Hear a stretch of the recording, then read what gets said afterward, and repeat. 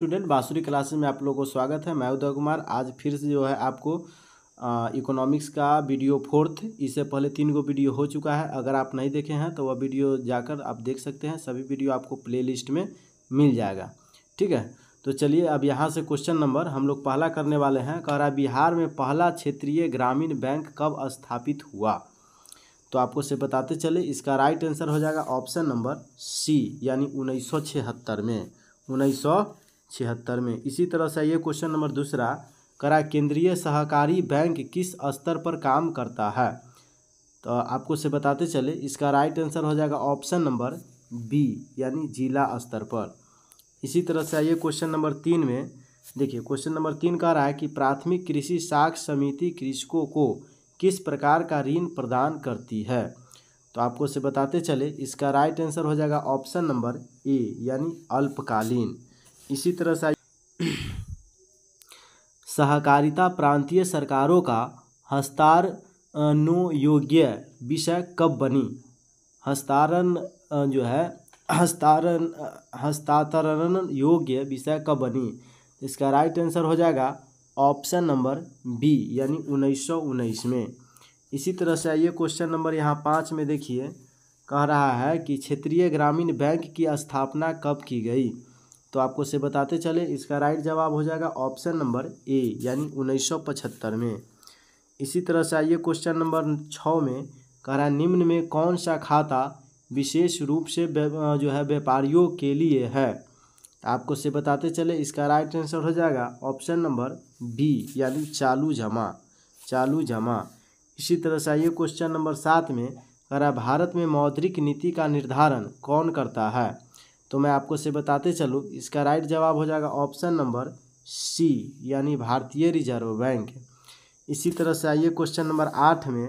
कह रहा है कि सहकारी नियोजन समिति का गठन किसके नेतृत्व में किया गया था। तो मैं आपको से बताते चलूँ, इसका राइट आंसर हो जाएगा ऑप्शन नंबर ए, यानी आरजी सरैया। इसी तरह से आइए क्वेश्चन नंबर 9 में देखिए। कह रहा है कि भारत में सहकारिता आंदोलन का प्रारंभ कब हुआ। तो मैं आपको से बताते चलूँ, इसका राइट जवाब हो जाएगा ऑप्शन नंबर ए, यानी 1904। इसी तरह से आइए क्वेश्चन नंबर 10 में देखिए। यहाँ से क्वेश्चन नंबर 10 कह रहा है कि सूक्ष्म वित्त योजना साख या ऋण की सुविधा किन्हें उपलब्ध कराता है। तो मैं आपको से बताते चलो, इसका राइट जवाब हो जाएगा ऑप्शन नंबर सी, यानी कि गरीबी वर्ग। ठीक है। सूक्ष्म वित्त की शुरुआत किस दशक के बीच हुई। तो आपको से बताते चले, इसका राइट जवाब हो जाएगा ऑप्शन नंबर सी, यानी 1990। इसी तरह से ये क्वेश्चन नंबर 12 में कह रहा है कि स्वयं सहायता समूह में सदस्यों की संख्या सामान्यतः कितनी होती है। तो आपको से बताते चले कि इसका राइट आंसर हो जाएगा ऑप्शन नंबर सी, यानी 15 से 20। इसी तरह से ये क्वेश्चन नंबर 13 में देखिए। क्वेश्चन नंबर 13 कह रहा है कि भारत में वित्तीय संस्थाओं के मुख्य रूप होते हैं। तो आपको से बताते चले, इसका राइट जवाब हो जाएगा ऑप्शन नंबर ए, यानी कि 2। इसी तरह से आइए क्वेश्चन नंबर 14 में कह रहा है कि केंद्रीय बैंक का मुख्यालय कहाँ है। तो आपको से मैं बताते चलूँ, इसका राइट जवाब हो जाएगा ऑप्शन नंबर ए, यानी कि दिल्ली में। केंद्रीय बैंक का मुख्यालय कहाँ है, दिल्ली में।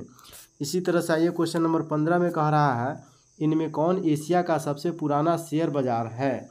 तो मैं आपको से बताते चलूँ, इसका राइट जवाब हो जाएगा ऑप्शन नंबर ए, यानी कि मुंबई। कौन एशिया का सबसे पुराना शेयर बाजार है, तो मुंबई। इसी तरह से आइए क्वेश्चन नंबर 16 में देखिए। कह रहा है बिहार के वित्त का सर्वाधिक महत्वपूर्ण जो है संस्थागत समूह कौन है।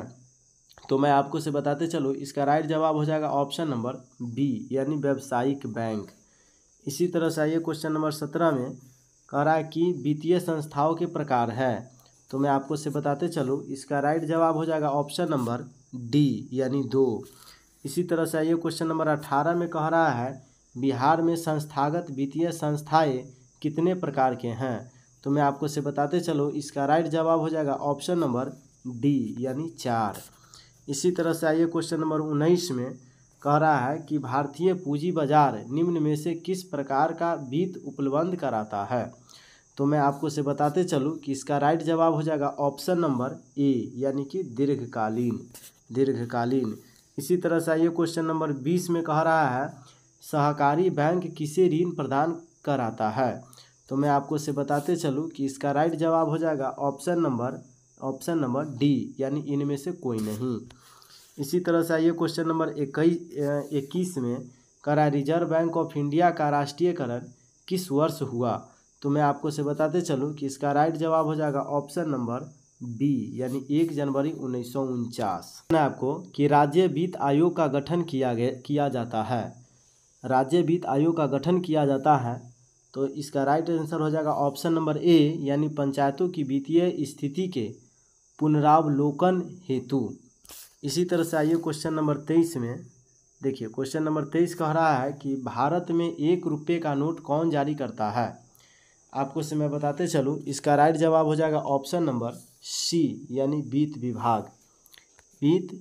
विभाग। इसी तरह से आइए क्वेश्चन नंबर 24 में कह रहा है कि कृषि तथा ग्रामीण विकास के लिए जो है पुनर्वित्त करने वाली शीर्ष संस्था कौन है? तो मैं आपको से बताते चलूँ, इसका राइट जवाब हो जाएगा ऑप्शन नंबर बी, यानी नाबार्ड।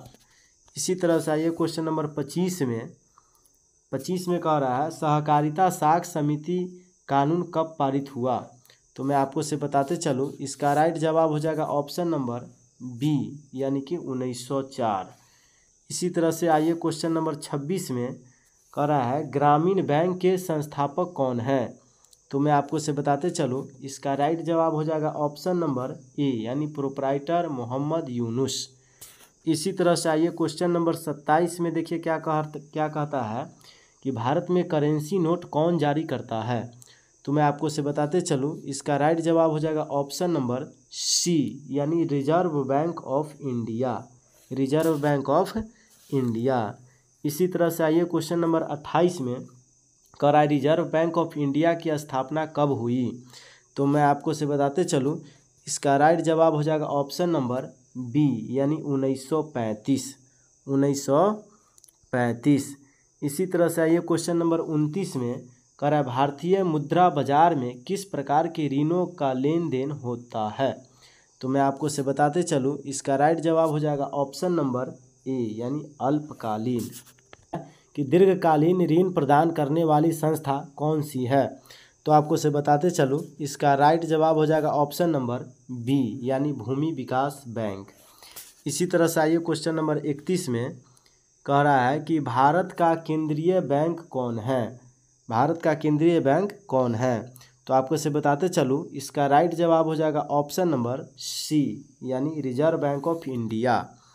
इसी तरह से आइए क्वेश्चन नंबर 32 में देखिए कह रहा है कि देश में अभी कार्यरत क्षेत्रीय ग्रामीण बैंकों की संख्या है। तो आपको से बताते चलूँ, इसका राइट जवाब हो जाएगा ऑप्शन नंबर डी, यानी कि 196। इसी तरह से आइए क्वेश्चन नंबर 33 में कह रहा है नाबार्ड की स्थापना कब की गई? तो आपको से बताते चलूँ, इसका राइट जवाब हो जाएगा 1982 में, ऑप्शन नंबर बी। इसी तरह से आइए क्वेश्चन नंबर 34 में कह रहा है राज्य में कार्यरत केंद्रीय सहकारी बैंक की संख्या कितनी है? तो आपको से बताते चलूँ, इसका राइट जवाब हो जाएगा ऑप्शन नंबर डी, यानी 25। इसी तरह से आइए क्वेश्चन नंबर 35 में कह रहा है बैंक लिंकेज कार्यक्रम की शुरुआत किस वर्ष की गई थी? तो मैं आपको से बताते चलूँ, इसका राइट जवाब हो जाएगा ऑप्शन नंबर बी, यानी 1992। इसी तरह से आइए क्वेश्चन नंबर 36 में कह रहा है अल्पकालीन ऋण चुकाने की अवधि ... तक होती है। तो आपको से बताते चले, इसका राइट जवाब हो जाएगा ऑप्शन नंबर बी, यानी 6 महीने से 15 महीने। इसी तरह से आइए क्वेश्चन नंबर 37 में क्या कह रहा है कि व्यावसायिक बैंकों का राष्ट्रीयकरण कब किया गया? तो मैं आपको से बताते चलूँ, इसका राइट जवाब हो जाएगा ऑप्शन नंबर बी, यानी 1969। इसी तरह से आइए क्वेश्चन नंबर 38 में कह रहा है निम्नलिखित में से कौन सा संस्थान भारत में मुद्रा जारी करने के लिए अधिकृत है? तो आपको से बताते चले, इसका राइट जवाब हो जाएगा ऑप्शन नंबर ए, यानी reserve bank of India. Question number 39 कह रहा है कि क्षेत्रीय ग्रामीण बैंक की स्थापना मुख्यतः किनके लिए की गई? तो मैं आपको से बताते चलूँ, इसका राइट जवाब हो जाएगा ऑप्शन नंबर ए, यानी छोटे सीमांत किसान, छोटे सीमांत किसान के लिए। ठीक है, इसी तरह से आइए क्वेश्चन नंबर 40 में ज़रा सा हम लोग देखेंगे। कह रहा है कि व्यावसायिक बैंक कितने प्रकार की जमा राशि स्वीकार करते हैं। तो आपको से मैं बताते चलूँ, इसका राइट जवाब हो जाएगा ऑप्शन नंबर डी, यानी इनमें से सभी, यानी अस्थाई जमा, आवर्ती जमा, संचयी जमा, यानी इनमें से सभी हो जाएगा। लेकिन दोस्तों मैं एक बात कहना चाहेंगे आप लोगों से कि वीडियो अच्छा लगता है तो आप लाइक, कमेंट और शेयर ज़रूर कीजिए, और चैनल पे अगर आप नए हैं तो सब्सक्राइब भी कर लीजिए, ताकि जो भी वीडियो यहाँ से डाला जाएगा वो सबसे पहले आपके जाएगा। ये क्लास 10th यानी बिहार बोर्ड के लिए बहुत 2025 के लिए बहुत रामबाण है। ठीक है, अगर ये सभी क्वेश्चन अगर आप कर लेते हैं तो परीक्षा में उम्मीद है कि आपसे एक भी क्वेश्चन छूटने वाला नहीं है। ठीक है, चलिए नेक्स्ट क्वेश्चन आइए देखिए। यहाँ पे कह रहा है 41 नंबर में कि निम्न में से कौन व्यावसायिक बैंकों के कार्य नहीं हैं। तो मैं आपको से बताते चलूँ, इसका राइट जवाब हो जाएगा ऑप्शन नंबर सी, यानी मौद्रिक नीति तय करना। इसी तरह से आइए क्वेश्चन नंबर 42 में क्या कह रहा है कि व्यावसायिक बैंकों द्वारा स्वीकार किए गए जमा में शामिल नहीं हैं। तो मैं आपको से बताते चलूँ, इसका राइट जवाब हो जाएगा ऑप्शन नंबर डी, यानी वस्तु जमा। इसी तरह से आइए क्वेश्चन नंबर 43 में देखिए। 43 नंबर में कह रहा है बैंकों का कार्य नहीं है। तो आपको से बताते चले, इसका भी राइट जवाब हो जाएगा ऑप्शन नंबर डी, यानी स्वयं सहायता समूह। इसी तरह से आइए फिर क्वेश्चन नंबर 44 में हम लोग चलेंगे। कह रहा है ओवर ड्राफ्ट किस खाता पर दिया जाता है। तो आपको से बताते चले, इसका राइट जवाब हो जाएगा ऑप्शन नंबर बी, यानी चालू खाता। इसी तरह से आइए क्वेश्चन, इनमें से कौन जो है व्यापारिक बैंक की जमा का प्रकार नहीं है। तो मैं आपको से बताते चलूँ, इसका राइट जवाब हो जाएगा ऑप्शन नंबर सी, यानी अधिविकर्ष। इसी तरह से आइए क्वेश्चन नंबर 46 में हम लोग देखते हैं। कह रहा है कि सहकारिता के विकास पर किस पंचवर्षीय योजना में बल दिया गया। तो मैं आपको से बताते चलूँ, इसका राइट जवाब हो जाएगा ऑप्शन नंबर ए, यानी कि प्रथम। क्या होगा? प्रथम। इसी तरह से आइए क्वेश्चन नंबर 47 हम लोग देखेंगे।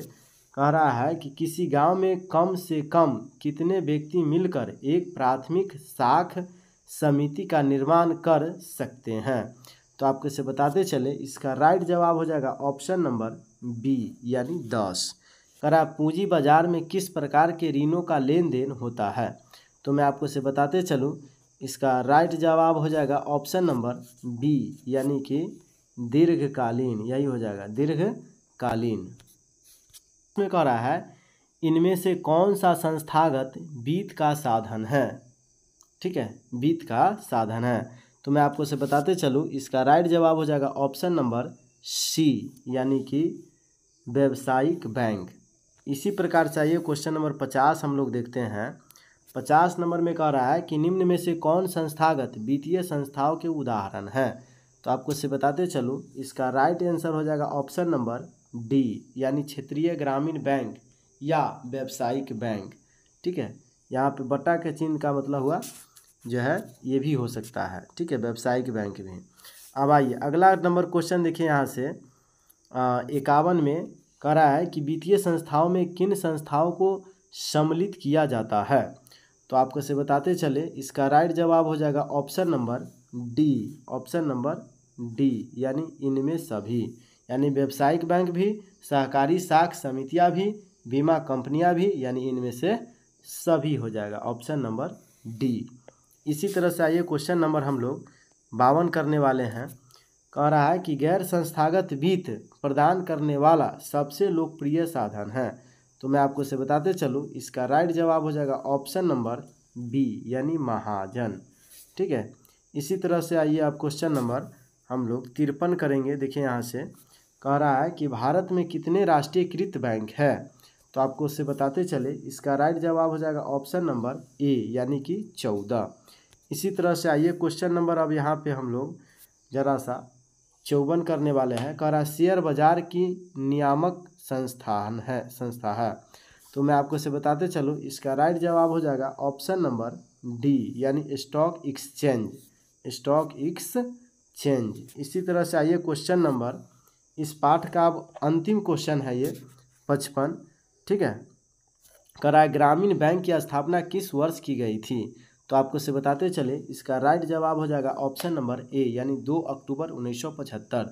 तो मेरे प्यारे दोस्तों, अगर वीडियो अच्छा लगता है तो आप इसे कमेंट ज़रूर कीजिए, और कि जो यह वीडियो हमें अच्छा लगा गुड ज़रूर कमेंट कीजिए। और आपको से बताते चले, आप अगर चैनल पे नए हैं तो सब्सक्राइब ज़रूर कीजिए, और जो भी 10th के विद्यार्थी है उसे शेयर ज़रूर कीजिए, ठीक है, ताकि उसका भी भलाई हो। तो आइए इन्हीं लम्हे शब्दों के साथ जय हिंद, जय भारत, और जितना हो सके वीडियो को शेयर कीजिए। और आपको से मैं बताते चलूँ, ये कोई आवश्यकता नहीं है कि सिर्फ 10th के विद्यार्थी ही पढ़ सकता है, ये हर किसी विद्यार्थी के लिए आवश्यक है, क्योंकि आपका जीके इससे क्या होगा, मजबूत होगा। ये 10th के साथ साथ हर एग्ज़ाम में पूछा जाता है।